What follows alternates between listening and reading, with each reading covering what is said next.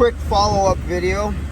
So I took it off fresh air and put it into recycle. So we're not taking, because it was bouncing around between 84 degrees to 108 degrees. A couple times it hit 110, 113 degrees from fresh air mode, because the hood is off, like the hood is open, and the hot engine heat, as you can see, we're about 108 degrees or 208 degrees Fahrenheit. You see the engine temperature over there?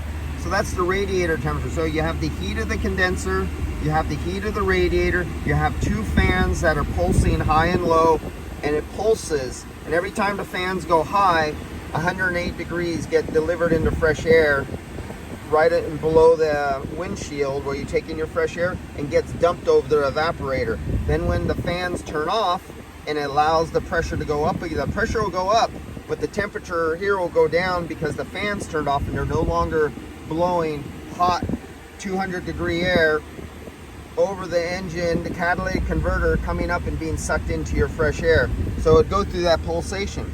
Well, now I have it in recycle, and you can see the inside cabin air, even though the door is missing, the window is open, I have it on recycle. This local little area of recycling air has dropped all the way down to 68 degrees Fahrenheit. If we can, there you go, 68 degrees. Because I put it on fresh air mode, and where I showed you in the previous video, I have one of these temperature humidity sensors placed outside right on top of the air filter. So it's on top of that cabin air filter. And you see the cycling of the low temperature goes down to 43 degrees. So at 43 degrees is the absolute lowest temperature that the software that controls the compressor to cycle off the clutch and then come back on.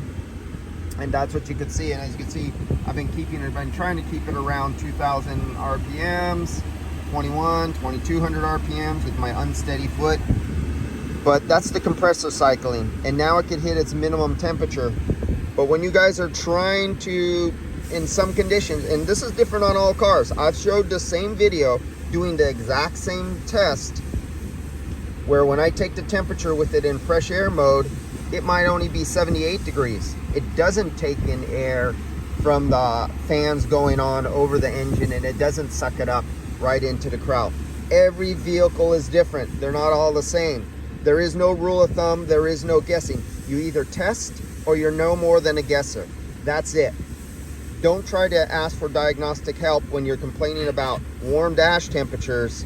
You have the hood up and you have these ridiculous pressures because you have 108, or look, we're only 72 degrees outside. Imagine if it was 110 degrees and you're in Arizona or Utah or Texas, and someone says, oh my God, I have 68 degrees coming out of my dash. Yeah, because you have 160 degrees going into your evaporator. Of course you got 68 degrees, and some people say that's normal. No, that's not normal. See you guys later. I drove through Utah at 108 degrees and still had 43 degrees coming out of the dash. The hood was closed. See you guys later.